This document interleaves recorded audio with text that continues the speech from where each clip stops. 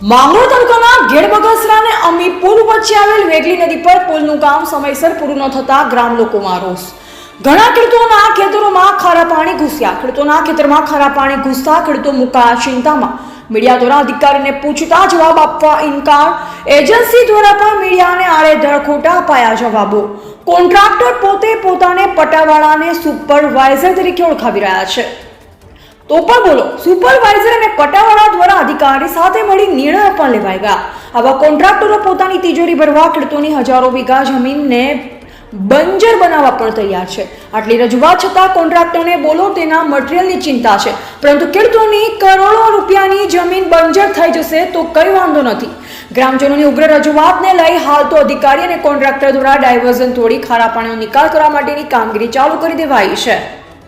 એવા અલ્પેશ કગરાણા, માંગરોળ।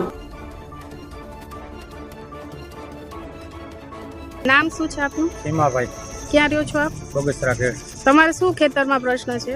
ખેતરમાં આ પારોમાં જે ડાયવર્ઝન કાઢ્યું ને એના હિસાબે અમારા ખેતરમાં ખારું પાણી ભરી ગયું બરાબર। હવે આ 10 વર્ષ આ ખેતરમાં કંઈ નહીં થાય। એ તાત્કાલિક પારો તોડાવે એવી અમારી માંગ છે। ના ખારું પાણી ખાલસા કરાવે। શું નામ છે તમારું ને શું પ્રશ્ન છે? મારું નામ છે લક્ષ્મણભાઈ ટીંબા, બગસરાના રહેવાસી છે। અત્યારે અમારે ઓજત નદીનું જે પાણી આવે એ વેગલી નદી તરીકે ઓળખાય અહીં, એની ઓજતનો પેટા વિભાગ, એમાં અત્યારે પુલનું કામ હાલે। ખરેખર સરકારના નિયમ પ્રમાણે 15 જૂને પૂરું થઈ જવું જોઈએ। હજી કામ અમારું ચાલુ છે અને જે આડો પારો બંધો ડાયવર્ઝન માટે એ અત્યારે ન તોડે તો અત્યારે તમે આ પરિસ્થિતિ જોઈ શકો કે ઘેરના ખેતરોમાં બધાના જે આ જમીન છે ખેડૂતની એમાં ખારું પાણી ભરી જાય તો અમારે એમાં 10 વર્ષ સુધી એમાં બીજું કંઈ ઉત્પાદન થાય જ નહીં।